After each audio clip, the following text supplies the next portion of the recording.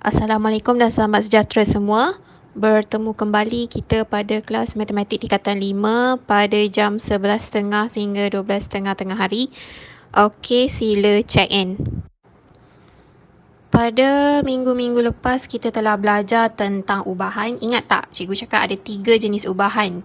Okey, ubahan yang pertama adalah ubahan langsung yang kamu dah belajar sebelum ni.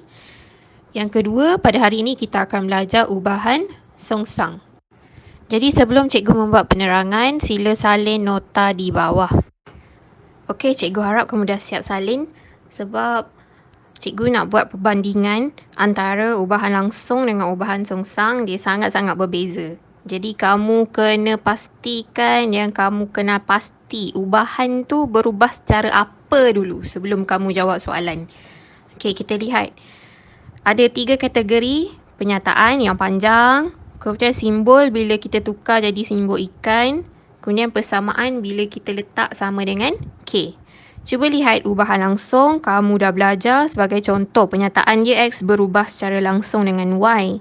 Cuba lihat ubahan songsang. Apa perbezaan dia? Perbezaan dia ialah langsung tu jadi songsang. So soalan dekat sini dia kata X berubah secara songsang dengan Y.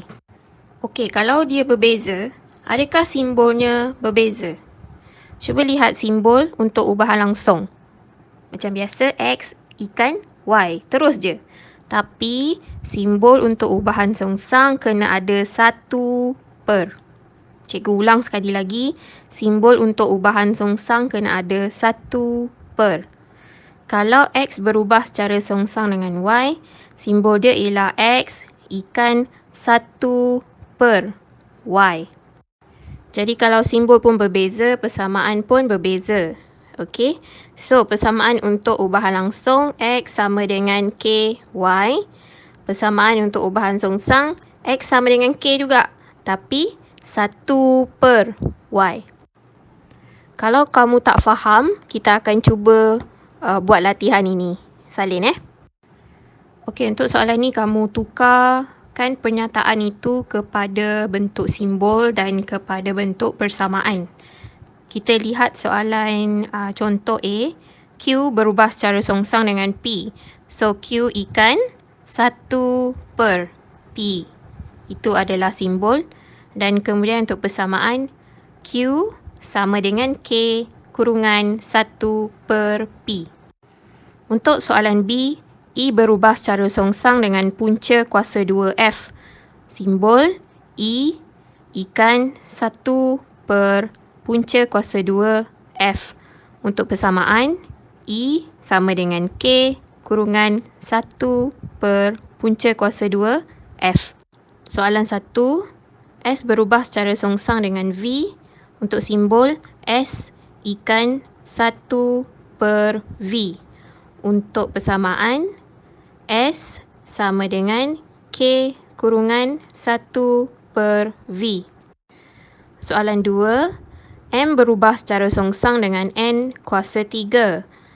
Untuk simbol M, ikan 1 per N kuasa 3. Untuk persamaan, M sama dengan K kurungan 1 per N kuasa 3. Untuk soalan 3, L berubah secara songsang dengan kuasa 2J. Simbol L ikan 1 per J kuasa 2. Untuk persamaan, L sama dengan K kurungan 1 per J kuasa 2. Soalan 4. Y berubah secara songsang dengan punca kuasa 2X. Untuk simbol Y, ikan 1 per punca kuasa 2X. Untuk persamaan, Y sama dengan K kurungan 1 per punca kuasa 2X.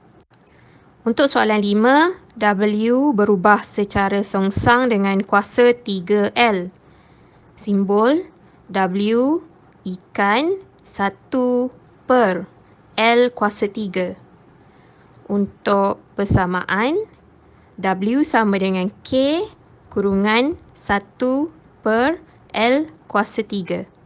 Pastikan kamu buat dan faham betul-betul macam mana konsep untuk ubahan songsang ni. Sebab selepas ini semua soalan akan ditanya tentang ubahan songsang pula. Dan yang level yang tinggi sekali, dia akan gabung sekali ubahan langsung dengan ubahan songsang. Okey? Untuk menguji kefahaman kamu, jom kita buat 10 soalan untuk hari ini. Dan cikgu harap kamu boleh buat dan faham. Okey, cikgu harap kamu dah salin soalan 1. Jom kita bincang soalan 1. X berubah secara songsang dengan Y. X sama dengan 10, Y sama dengan 2. Cari persamaan lengkap. Sama je macam apa yang kamu pernah buat sebelum ni. Jom kita tengok jalan kira. X ikan 1 per Y. Tengok cikgu highlight nombor 1 tu. Sebab apa? Sebab songsang. Songsang mesti ada 1 per.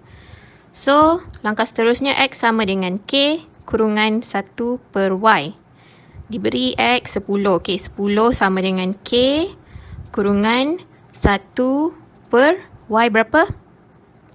2. Okey, so 10 sama dengan K per 2. Mana dapat K per 2? K darab 1. K darab 1, 1K. 1K kita tulis K je lah. So, K per 2. Nampak tak cikgu buat anak panah ke atas? Okey, jadi sebab dia bahagi 2, dia pindah dia jadi darab 2. So, 10 darab 2, 20. 20 sama dengan K. Oleh itu, X sama dengan 20 kurungan 1 per Y. Mana datang 20? 20 tu K. Jadi persamaan semua tu cikgu highlight. Nampak tak yang sebelah kiri tu? Cikgu highlight X sama dengan K kurungan 1 per Y. Cikgu hanya gantikan K dengan 20 sebagai persamaan yang lengkap. Siap. Jom salin soalan-soalan seterusnya. Untuk soalan 2, A berubah secara songsang dengan B kuasa 2. Diberi A sama dengan 2, B sama dengan 3. Cari persamaan lengkap. So, untuk simbol A ikan 1 per B kuasa 2. Next, A sama dengan K kurungan 1 per B kuasa 2. A dia bagi 2 sama dengan K kurungan 1 per berapa B? 3 kan? Okey, 1 per 3 kuasa 2. Jadi kamu kira 1 per 3 kuasa 2, kamu dapat 1 per 9. 2 sama dengan K kurungan 1 per 9. Jadi 1 per 9 darab dengan K, awak dapat K per 9. Per 9 bila pindah jadi darab 9. Jadi 2 darab 9, 18. K sama dengan 18. Oleh itu, A sama dengan 18 kurungan 1 per B kuasa 2. Siap. Salin dulu semua soalan dan cuba buat.